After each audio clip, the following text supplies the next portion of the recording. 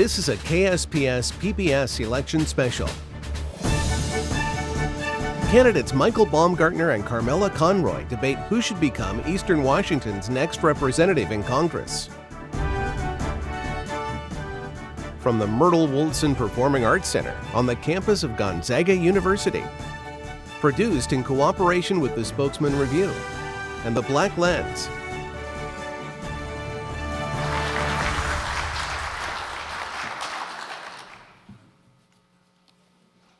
Hello, thank you all for being here tonight. My name is Emery Dinman. I'm the Spokesman-Review's Spokane City Hall reporter. And in the closing days of this election cycle, I'm thrilled to be able to present today's debate in the race between Michael Baumgartner and Carmela Conroy to represent Eastern Washington in the House of Representatives. Ms. Conroy won a coin toss backstage and chose to give the final closing statement, which means that Mr. Baumgartner will answer the first question first. Mr. Baumgartner also chose to stand at the podium on my left. You've already been familiarized with the rules of tonight's debate, twice now, it sounds like, but here's a third time. To recap, each candidate will have 60 seconds to answer a question, followed by 30 seconds each for a rebuttal or to expand on their earlier answer. I may ask for a follow-up, in which case each candidate will have another 30 seconds to answer. Because we have a lot of ground to cover, I'd like to ask the audience to please avoid any disruptions and to applaud only 2 times tonight, at the end of the debate and now as we welcome the candidates to the stage.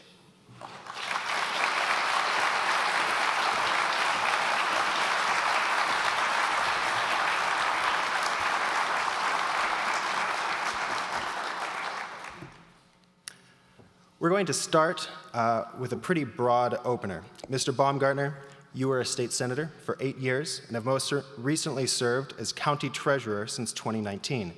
Ms. Conroy, you served as a diplomat and foreign service officer for 20 years and chaired the County Democratic Party for a year. Why are you the best candidate for the seat? We'll be starting with you, Mr. Baumgartner. Well, thanks, everybody. I want to start by thanking our host, Gonzaga University. You know, I went to Washington State University for undergrad and then Harvard for my master's, but in between I spent a year with the Jesuits in Mozambique and with the beloved Father Mike Schultheis, who is based here at Gonzaga, and very much appreciate this debate. You know, I think over the last 14 years of elected office, our community in Eastern Washington has come to know me as someone who delivers results. Whether it was getting the new WSU Medical School, full funding for the North-South Freeway, the only tuition cut in American history. You know, I'm someone that knows how to work in a bipartisan fashion. And you look at the challenges that America faces now, from rampant inflation, drugs in our community, an unsecure southern border. We need folks who are problem solvers that have a demonstrated ability to get results. And I think if you look at me between the candidates on offer, I think you know who you can trust. Ms. Conroy.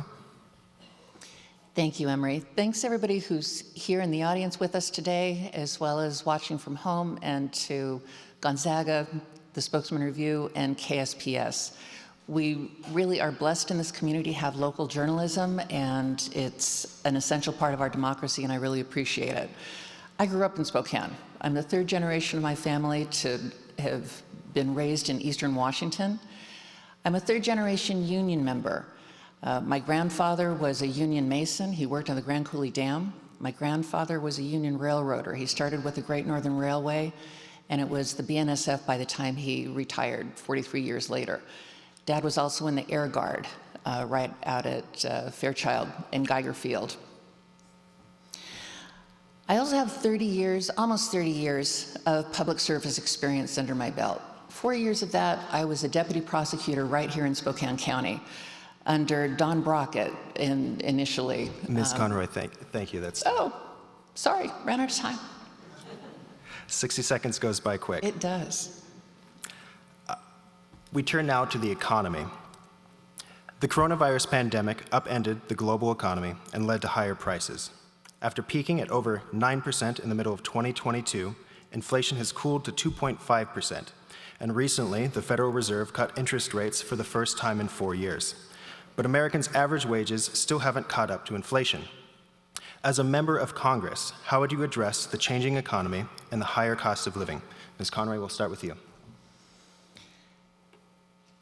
So when the pandemic initially broke out, I was still in service, and I was living and working in Yokohama, Japan.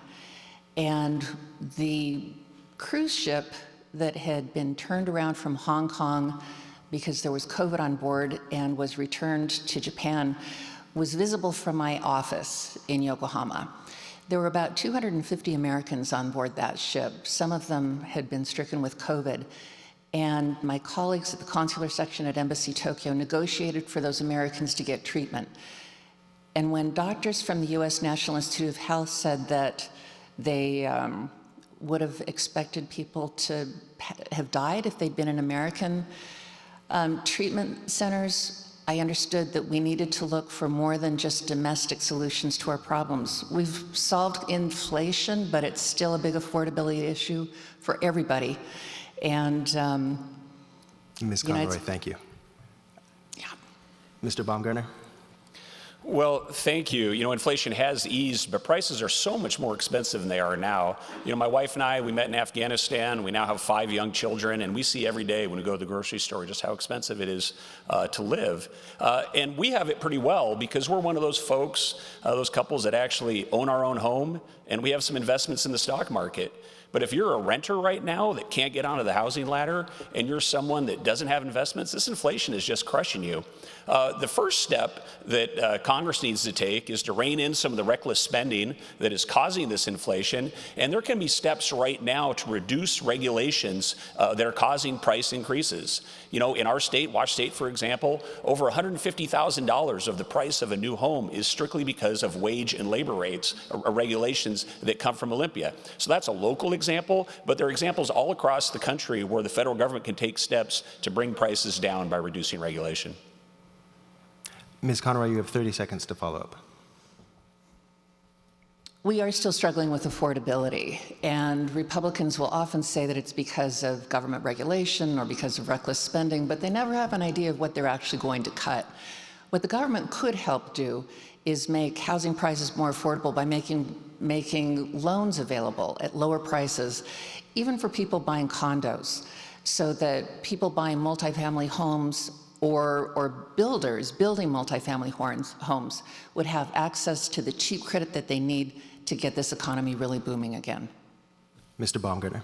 Yeah, well, one area of reckless spending we could cut at the federal government, and I have a background in doing that in the state Senate. I worked with then Governor Gregoire in a bipartisan fashion to take 5 government agencies that we didn't need, consolidate them into 2. But an example of something we could cut at the federal level is TSA. The airport security does not need to be a federal agency. After 9/11, we were very concerned. What we needed to do was put steel doors on airports and have better intelligence about who's trying to harm us. But creating a new federal bureaucracy was not a great step, so I would privatize TSA. Thank you. We turn now to student loans. We will have a question on the screen from the editor of The Black Lens, April Eberhardt. Hi, my name is April Eberhardt, and I am the editor of The Black Lens. Today, this is my question. According to the U.S. Department of Education, students of color are more likely to have taken out federal student loans in order to pay for college and are more likely to report that their student debt has caused them a high amount of stress later in their lives. How would you mitigate this disproportionate burden, and would you support debt relief, whether targeted or widespread? Thank you. Mr. Baumgartner, we'll turn to you. Yeah, the cost of college has just become outrageous in America, and we should start by what should be the price of college tuition. College tuition should be priced at a level that doesn't require anyone to go into debt. It should be at the price that you can work a summer job and do some part-time work during the year and afford college. That's how it was when I went through school. It was one of the reasons when I was in the state Senate that we had groundbreaking legislation to reduce the price of college at our public universities by 15%. We do need to solve this debt crisis. It's not fair what's happening to kids, but we need to do it rather than force-feeding student loans, federal government loans, into 18-year-olds, because the problem with an 18-year-old, they don't know the difference between $600 in debt and $6,000 in debt. What we do is bring the prices down of college courses. We also have too much bloat in college. We have way too many bureaucrats. We have too much of a country club atmosphere at our universities. And so if we bring down costs, people won't have to take out those loans, and we can all benefit. Thank you, Ms. Conroy. For anybody who's a first generation of their family to go to college like I was, it's really scary to know how to make your choices with respect to what school to attend, to how much money to take on, how much debt to take on. And we can do a better job of making things easier for families and for first-time students to understand how these things work. One thing would be to stop federal money and student loans going to any place other than accredited schools. We've got terrible diploma mills like the former Trump University that would pick students' pockets just as long as they could afford to keep getting loans, instead of places like Washington State University or Gonzaga University, where if you can't cut it, you'll stop going to school there and they'll stop taking your money. We should also make federal loans and grants available not just for students who want to attend four-year universities, but also for community colleges, which is a great stepping stone, to tech schools and apprenticeship programs that give people skills to get out into the job force quickly. Mr. Baumgartner, you have 30 seconds to follow up, and I'd like to stress you spoke to costs for future students, but what, if anything, should be done for existing student loan debt? I do not approve of wiping out federal student debt. Those were loans that were taken by folks in good faith. They need to be paid back. Now, when moving forward, we can bring down the costs. And as someone who used to be the vice chair of the Higher Education Committee in the Washington State Senate, I'm very committed to helping college students. I would also put a plug in for community colleges and trade schools. You know, what happens at universities is universities use first and second year students to fund universities, and they over-enroll, and sometimes they use them as a cash cow for the rest of the university. But I just encourage folks to look at the lowest cost non-debt option for when they go to college. Ms. Conroy. For existing student loans, we need to take a look and make sure that we have honored the conditions on the government side of those loans. We know that the Department of Education during the last administration contracted out to for-profit companies the collection of those debts, and in many cases, they essentially cheated students who were going into public sector jobs out of the debt relief that they were entitled to. So we need to make those systems transparent and not profit off of the people who are trying to achieve the American dream. Thank you. We turn now to the national debt. The United States' national debt has surpassed $35 trillion. In the current fiscal year, the federal government has spent about $1.9 trillion more than it has collected in revenue. And we haven't had a balanced budget since the turn of the 21st century. How concerned are you about our nation's debt, and what should Congress do about it? Ms. Conroy. The turn of the 21st century sounds like such a long time ago, but 24 years doesn't seem all that long ago. There's good debt and there's bad debt, right? There's good debt like you take out to get a mortgage so that you can buy a home and create generational wealth. And then there's bad debt, like putting a brand new stereo system on your credit card. And if you've got the money to pay for that credit card, that's just fine. Put anything in your man cave that you want to. But when we're running the federal government, we need to think about our investments in our future. That includes in our national defense, in making sure that we can adapt to and respond to climate change, which is happening now, and in making sure that our young people are healthy and happy and getting the education that they need to succeed going forward in our open market and inclusive economy. Thank you. Mr. Baumgartner. Yeah, the national debt is an extreme concern. You know, $35 trillion is not fair to future generations. It's un-American, and Congress needs to do better, and it's going to take a bipartisan approach to do better. You know, of the 8 years I was in the state Senate, I participated in 7 balanced bipartisan budgets that didn't rely on tax increases. So it is possible at the national level as well. You know, the COVID shutdown was really the worst of all worlds. You know, we shut down the economy, stopped economic productivity, and then flushed the system with a lot of reckless spending. So we both had no economic growth, and we had an immense amount of debt added to the rolls. We need to get the economy going again. We need to, on the growth side, we need to return to producing more American energy. We need to reduce those regulations that jumpstart our economy. And then on the debt side, it's going to take a bipartisan approach. Right now, we have 2 presidential candidates, quite frankly. Neither of them are running on debt responsibility. And so it is going to take a president that wants to have that conversation with the American people, but when I get to Congress, I'll be ready to participate in that as well. Ms. Conroy, you have 30 seconds. It's up to the House of Representatives to set a budget. It's not up to the presidential administration. And the current leadership of the House of Representatives decided to take an extra long summer vacation instead of doing things like passing a budget and a farm bill. It spent time earlier this year cutting enforcement funding to the IRS, which would have brought in billions of dollars from tax cheats had we been able to enforce the laws that are on the books against the people who were scoffing at them and could afford to, because the IRS couldn't go after the richest of the tax cheats. Thank you, Mr. Baumgartner. 30 seconds. Yeah, you know, there was in our American's history when it became tough for bipartisan challenges, there were things like the BRAC Base Closure Commission. I remember under President Obama, he put together the Simpson-Bowles Commission to kind of have a bipartisan approach. I think that's what it's going to take as well to this debt issue.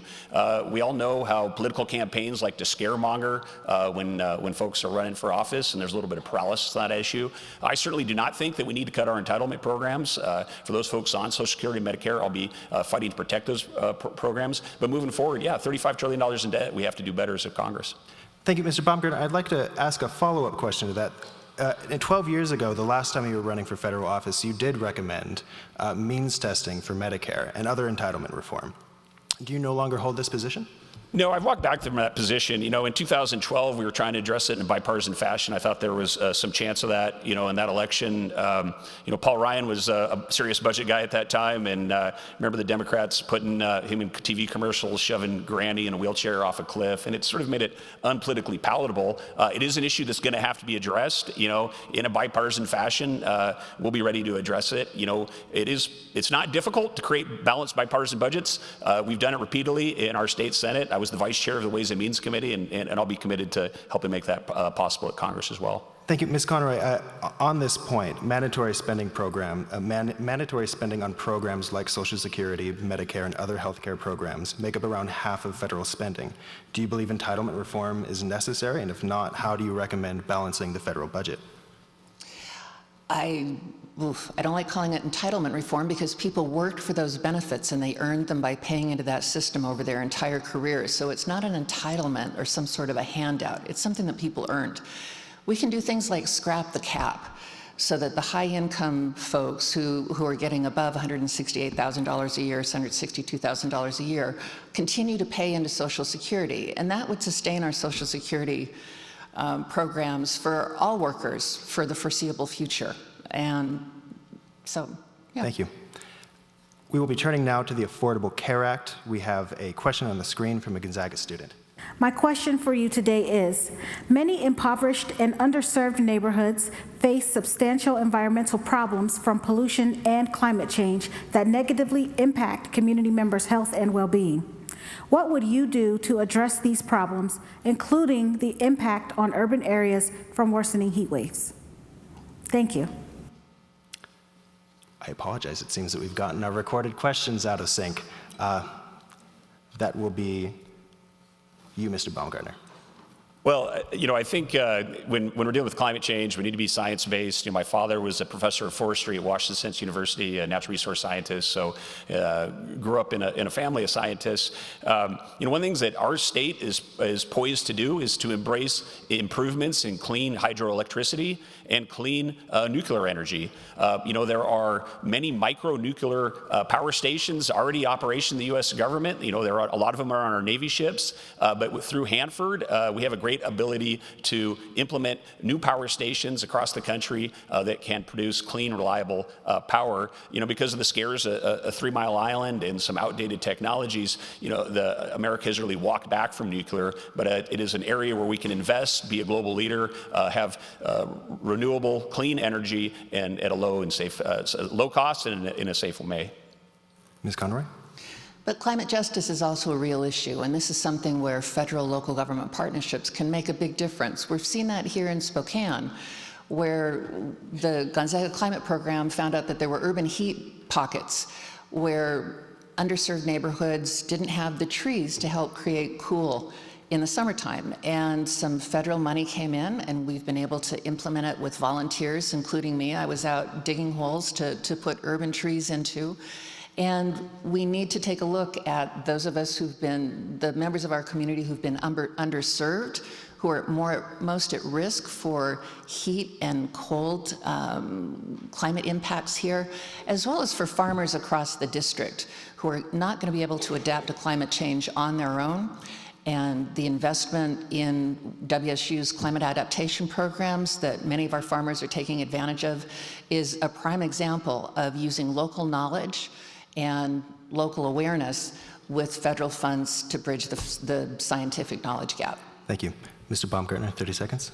Yeah, one of the big problems we have in our community for all areas, but particularly underserved, is the threat of smoke and wildfires in the summer. One of the things the federal government can do, and I spent 2 summers on fire research teams when I was with U.S. Forest Service when I was in college, is we need to harvest more trees. We need to bring down our fuel load because of all the fire suppression with our forest fires in the last 100 years. We have more trees, more fuel growth than we should have in our forests, and if we further harvest our forests, we can bring down the fire danger and have less smoke. Thank you, Ms. Conroy. 30 seconds.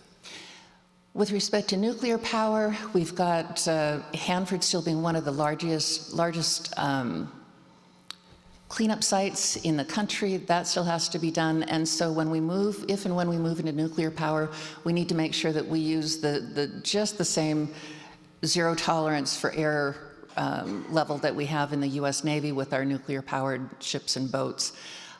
With respect to hydropower, keep our dams, make sure that they run to serve everybody that needs them, including in ways that support our tribal treaties. Thank you. We turn now to unions. According to Pew Research, union membership has fallen by half over the last 40 years. A number of states have passed right-to-work laws that have weakened the collective bargaining power of unions in those states. Mr. Baumgartner, you once introduced a bill to make Washington a right-to-work state. A federal bill introduced in 2019, referred to as the PRO Act, would supersede these state laws and end right-to-work status in these states. If elected, would you support the PRO Act? And do you believe unions have too many or too few protections to organize? Ms. Conroy. I would absolutely support the PRO Act. About 2 weeks ago, I was in Seattle talking with machinists on the strike line at Boeing. And those machinists were striking for exactly the right reasons. They believed that Boeing had stopped listening to its workers who could see safety issues as they were cropping up, that its quality assurance, that its accountability to the public had fallen short in the pursuit of profits. And so we should absolutely protect workers' rights to negotiate for better safety conditions, for better benefits, to claw back the pension benefit that they gave up in the last time the Boeing workers went on strike because they wanted their company to succeed and they were willing to make a sacrifice to do so. And at that time, then Senator Baumgartner tried to strip workers' rights away from every worker in the state. Mr. Baumgartner. Yeah, unions are great. They should just be optional institutions. It's just un-American to force folks to join any organization in order to have a job. My mother was a longtime teacher, 43 years as a teacher in the teachers union. My grandfather worked for General Motors. There's a lot of union members in my family. My personal philosophy is it ought to be optional whether you want to be in there or not. The PRO Act, just so you understand, would significantly drive up your costs on public infrastructure projects across the country. So if you're concerned about that $35 trillion in debt, if you're concerned about the taxes that you're going to have to pay to fund those public projects, or if you're concerned about the lack of economic growth in jobs, the PRO Act would be a detriment to all those things. So it would be extremely costly, and I do not support it. Thank you, Ms. Conroy. 30 seconds. I just think it's really ironic when those of us who are competing to take a government job that will offer us a pension and insurance benefits and paid time off and paid medical leave if our family members get sick would deny that from other workers in the private sector. I've been a worker all my life. I came from a working family, and I will do everything I can do to make sure that workers are protected and can continue to do their jobs safely and have a secure and respectable retirement when they finish their labors. Mr. Baumgartner. Yeah, again, nobody's attacking anyone's benefits. The question regarding the PRO Act at the federal level would take away the abilities of state legislators to make the right laws and business regulations at the local level, and so it's an inappropriate use of federal government authority, and it would be something that would significantly harm the American economy, significantly likely increase your taxes, and significantly increase the debt that future generations are going to have to face. We need more infrastructure in this country. We don't need to jack up the price of that infrastructure. Thank you. We turn now to another recorded question. Hi, my name is Callie Carmichael. I'm a student here at Gonzaga University, and this is my question. The Affordable Care Act has faced continued challenges and criticisms, including a lack of hospital beds and rising costs of prescription drugs. What changes, if any, would you propose to improve healthcare access and affordability for Washingtonians? Thank you. Mr. Baumgartner. Yeah, when the Affordable Care Act was passed, you can think of two big problems in American healthcare. One was access and the other was cost. What the ACA did is it dealt with access before it dealt with cost, and it would be better if we could reverse that. Very few of you, I would dare say, none of you know how much you actually pay when you go to the doctor. There's very little price transparency. There's very little incentives for you to have wellness in your healthcare decisions. So when I get to Congress, if you give me that ability, I'll work on things that bring more price transparency and incentivize folks to make healthy decisions. But another great thing that we need, because we need many more doctors and we need rural doctors. One of my most beloved pieces of legislation I worked on was the new WSU Medical School. The University of Washington had a 100-year monopoly on medical education. We didn't have enough doctors. They didn't want to give that medical education up, but we ran the bill and beat them like the Cougs just beat the Huskies in the Apple Cup the other day. And we got 2 medical schools now here in Spokane. Spokane is now producing more doctors than they do in Seattle, and we need them. We need them in our rural areas. So that's another great example of what can be done to get more doctors and bring costs down. Thank you. Ms. Conroy. So I would protect and expand the Affordable Care Act. It's brought more than 11 million Americans into insurance so that they can access health care. I also would try to expand the number of pharmaceutical medicines for which the government could negotiate the prices with the drug companies. Price transparency is a good thing, and I would support that.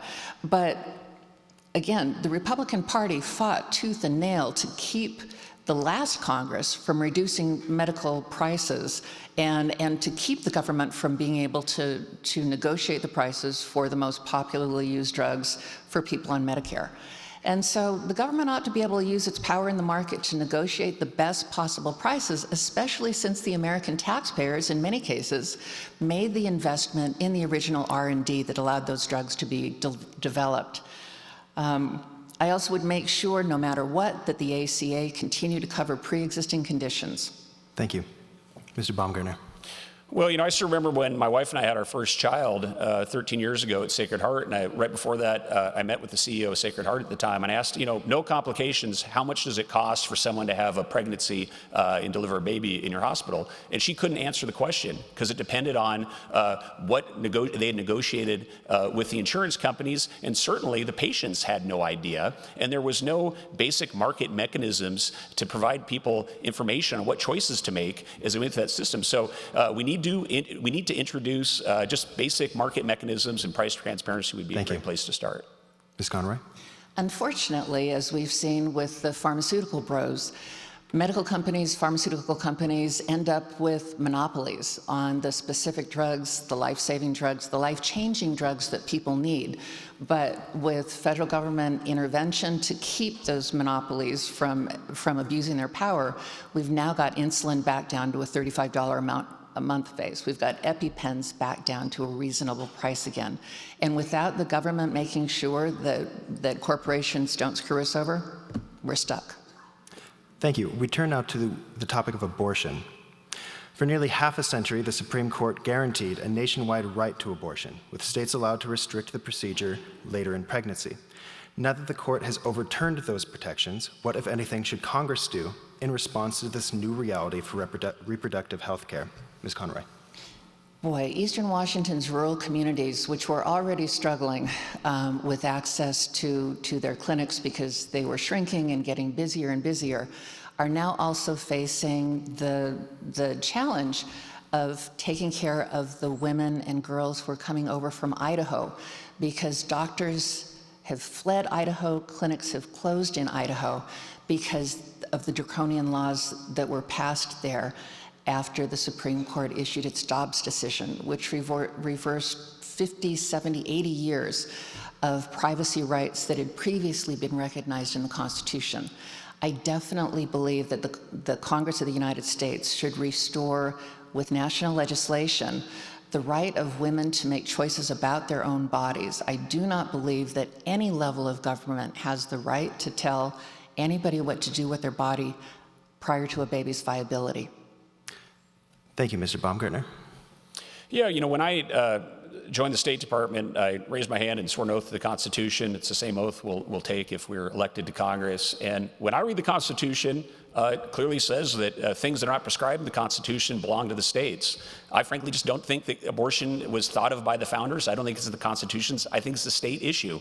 Now, I'm a pro-life Catholic, but I recognize that the state of Washington has very passive abortion laws. And in fact, in this state, the voters directly passed abortion laws before Roe versus Wade. So I think it's a settled issue largely in the state of Washington, and it's not one that I think Congress will have a large role in. Ms. Conroy. The same part of the Constitution that says anything not given to the federal government is reserved to the states and the citizens of the United States. We, the people, as individuals, have rights under our Constitution. And for the Supreme Court to overrule 70 years of precedent after every single one of those justices said that they would follow precedent tells you just how corrupt that institution has become. We, the people, deserve our own rights to our own bodies. A corpse in the United States of America has more rights than a woman or girl, depending on what state she lives in. Thank you. Mr. Baumgartner. You know, one thing that we can all agree on in a bipartisan fashion from Congress is to create support for young mothers, support for adoption, support for crisis pregnancy centers. I think there's a lot of shared values there, even though people are divided on the question of abortion. You know, I'll look forward, if I do make it to Congress, and trying to find those opportunities to support young families. It is really hard to have a young family right now in this economy, and I know a lot of folks are scared to have kids. We need to do a better job as Congress and as a community in supporting these young families, and we'll work on programs to do that. Thank you. I'd like to follow up. Ms. Conroy, you just mentioned that you would not support restrictions prior to viability.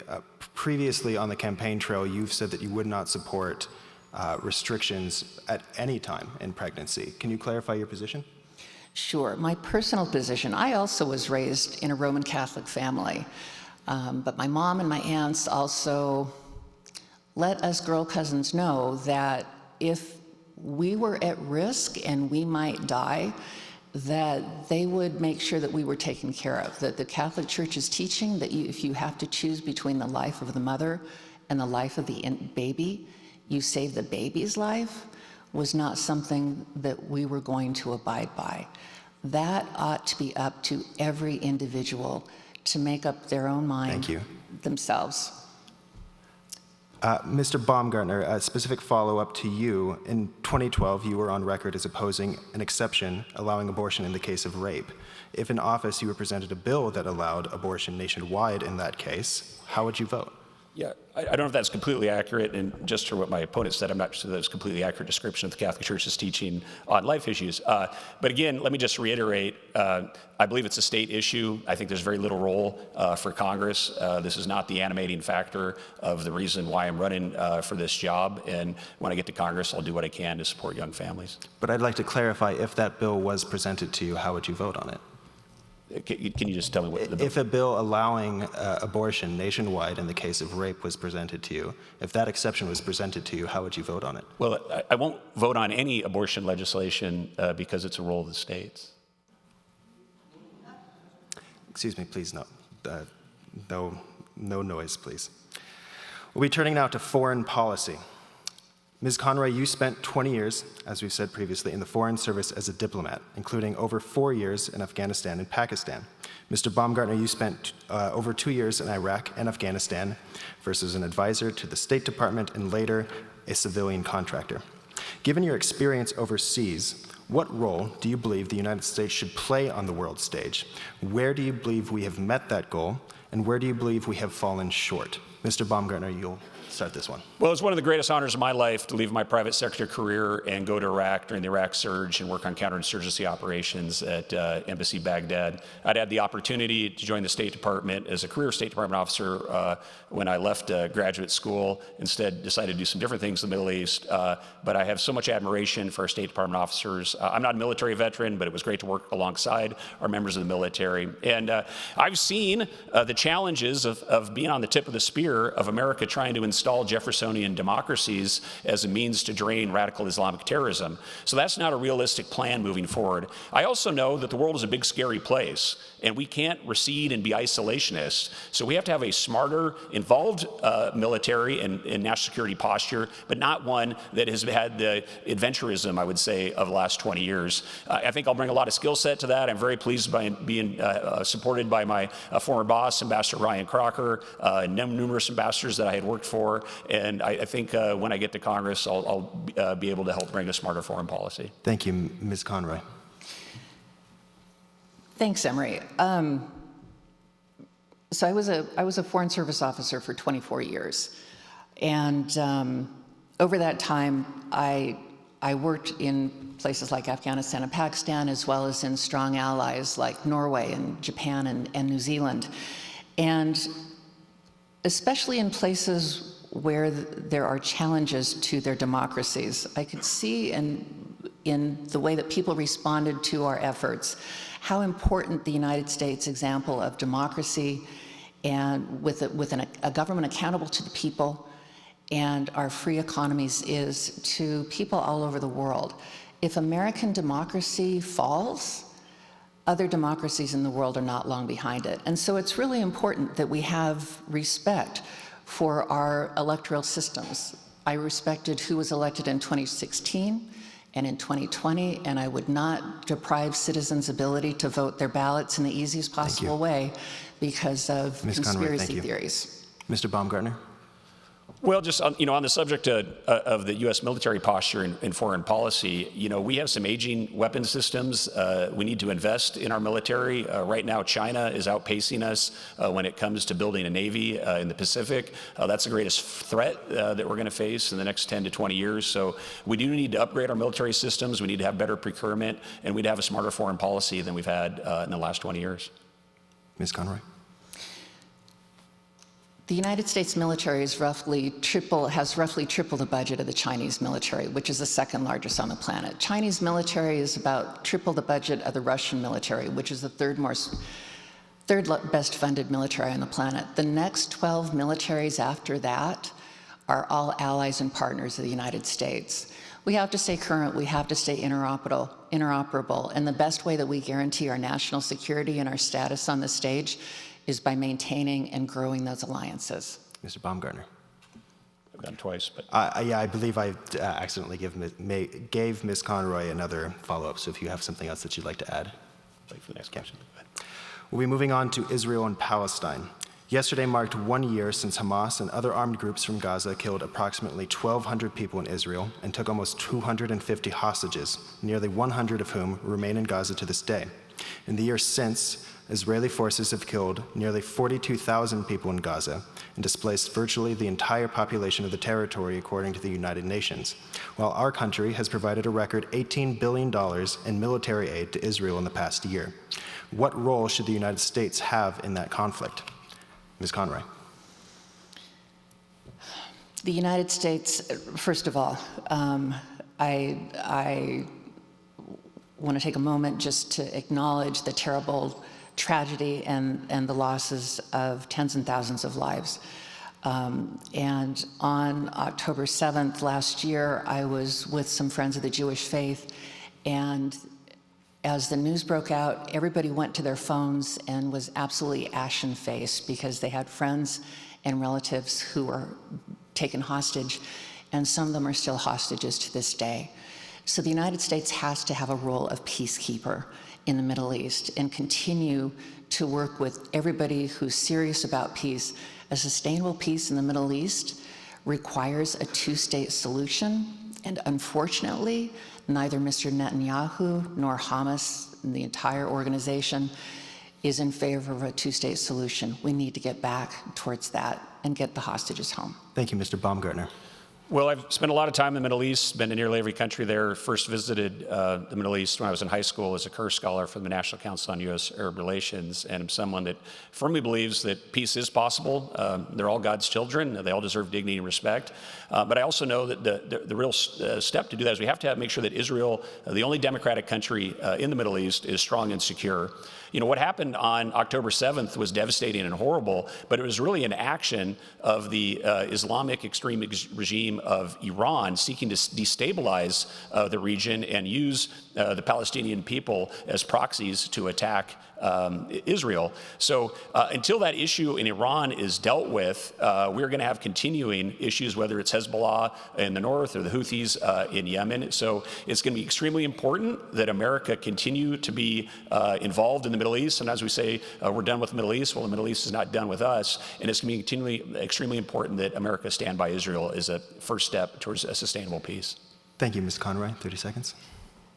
Yes, the United States has to back the survival of Israel, and withdrawing our security umbrella from Israel would lead to a broader regional war across the Middle East.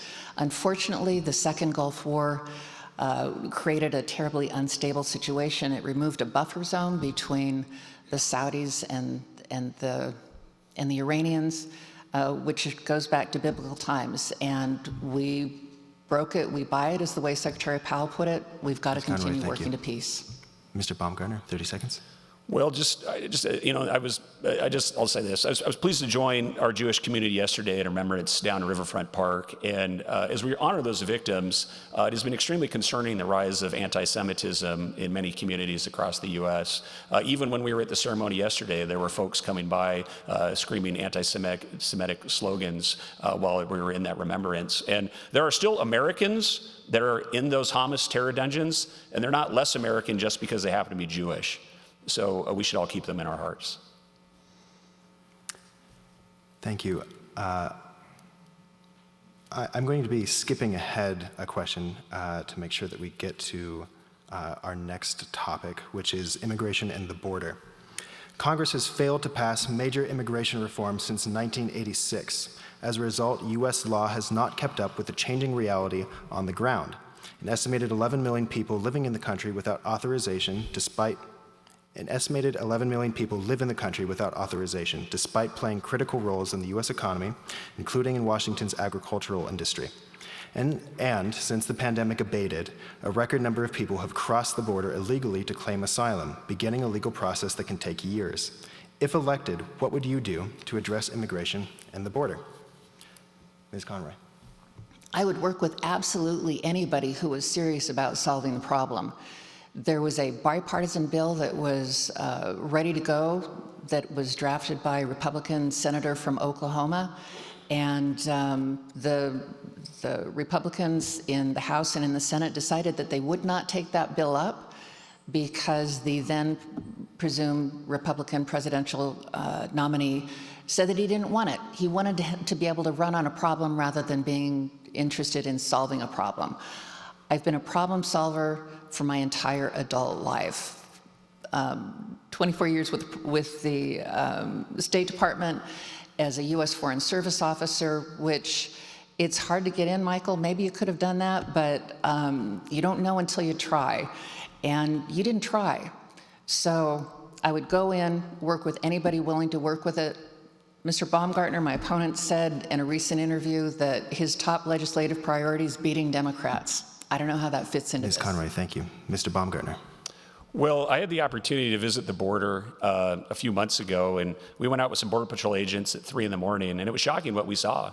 Drug cartels brought a host of migrant immigrants to the border, and they walked right around where the wall ends, and they came in, and they all declared that they were refugees, and they entered in this U.S. government-funded process now where they're going to claim to be refugees and have their status adjudicated here in the U.S. and be released until they are. So there are a lot of folks that are abusing our refugee system, and I say that as someone, my wife and I have worked diligently to try to get some of our Afghan teammates that are under threat by the Taliban here. I've worked with refugees in Mozambique Chesapeake and other places. But to solve this border issue, there is so much fentanyl that is coming over and destroying our communities. To solve the border issue, what we have to do is three things. One, we have to return to remain in Mexico. Two, we have to finish the wall. And three, we have to look at steps like E-Verify so that folks are employed legally. Legal migrants are great, but you cannot be a sovereign nation if anybody who wants to can walk into this country, including terrorists. It is a significant terrorist threat that border is open. You. Ms. Conroy, 30 seconds. The border is not open, and it would be more secure if we had more Border Patrol agents and judges and other folks there at the border to process people swiftly so that the people we want to have in to build our homes, to harvest our foods, to provide our medical care could come in. And keep out the people who would commit crimes and bring bad things with them. We need to solve that problem. I'll work with anybody interested in solving it. I won't treat that and put party over country. Mr. Baumgartner, 30 seconds. Sure, I just want to respond to something Carmela was saying. I'm not quite sure what the point she was making about the State Department. You know, whether you're in the State Department or not is not super germane to whether I'm in Congress. I could have been a State Department officer. I passed the A100 class. I had two A100 slots. It wasn't the right move for me. I received a commendation when I worked with Ambassador Crocker during the Iraq surge. I'm very proud of your service, and I acknowledge it. Hopefully you would acknowledge my service as well. So I'm not quite sure what that comment entailed. Thank you. We will be turning now to what I believe will be the last question before closing statements that we have time for tonight. It's another recorded question here on the screen. Hello, my name is Cooper, and I'm a Gonzaga student, and here's my question. This year in King County alone, more than 76% of drug-related deaths have been attributed to opioids and stimulants. What would you do to diminish the rate of fentanyl-related deaths in this county and provide support for those affected by the crisis? Why do you believe your policy is more effective than your opponents? Thank you. Mr. Baumgartner. Yeah, fentanyl is such a scourge at $1 a pill. And before I went down to the border, I talked to sheriffs and law enforcement all across our region, and every single one of them said is their top law enforcement priority. The problem is made worse by some of the lax attitude towards law enforcement coming out of Olympia, because crime has been, and drug policy has been so lax coming from Olympia. We've become a drug superhighway so that drugs come up through Washington and then go out across the plains. So we do need to have an all-government approach to dealing with this issue. It starts at the border, but in our communities, we need to look at demand reduction. We have too many Americans too easily using drugs. If you look at what Montana did with the Montana Meth Project, where they brought down meth consumption, we need to start educating folks on how dangerous fentanyl is. There are so many families, I'm sure you in the audience know family members who have lost loved ones because of this scourge. And every time I walk to work almost every day, and every time I see somebody lighten up, I just think about what a lost life and what can we do to help that person. Thank you, Ms. Conroy.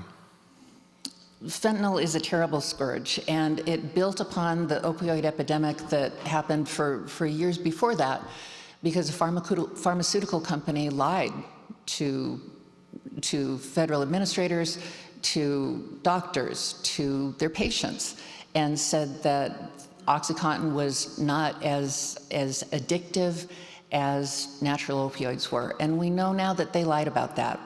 And so part of what we need to do is hold pharmaceutical companies responsible, and anybody else who's put that poison out into our systems and created this hellish system of addiction, that people who are injured in the job or in an accident and find themselves hooked.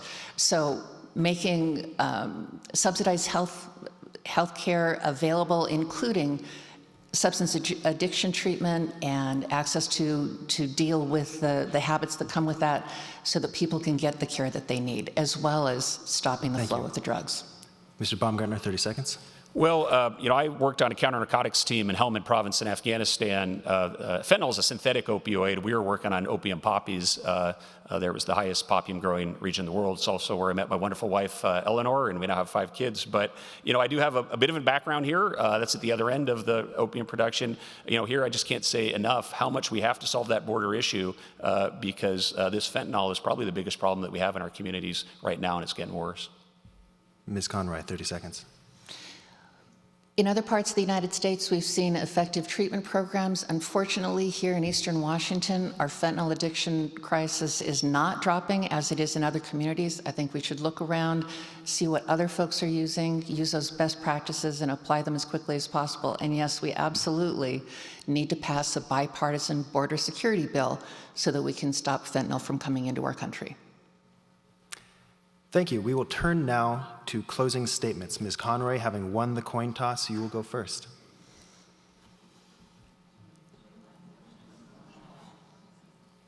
I apologize. Thank you for reminding me. Mr. Baumgartner, you will be going first. Well, it's just thank you so much for this great debate and for you being here. You know, the times in my life where I've felt the most rewarding is when I felt like I'm doing something bigger than myself. That's how I felt when I graduated WSU and I decided to do that volunteer work in Mozambique with the Jesuits. It's how I felt when I left my private sector career to go to Iraq when America was struggling overseas, and how I felt when I was in the state Senate. It's been an absolute honor in the last 14 years to be a public servant for you. Together we've done things like the new WSU Medical School, brought a science building to Eastern, finally got funding for the North-South Freeway. And as your treasurer, I've enjoyed educating folks on taxes, and I've had more town halls, I think, than any elected official. If you do give me the honor of being your next member of Congress, I'm dedicated to transparency. I'll try to have a town hall every month, and I promise you I'll work in a bipartisan fashion for the big problems that are facing America. It's an honor and a privilege to live in this great nation, and it would be an absolute honor to be your next member of Congress. Ms. Conroy, my apologies. Now it is your turn. No problem, Emery. Thanks very much. And I appreciate the audience looking out for me. I was just going to go ahead and go.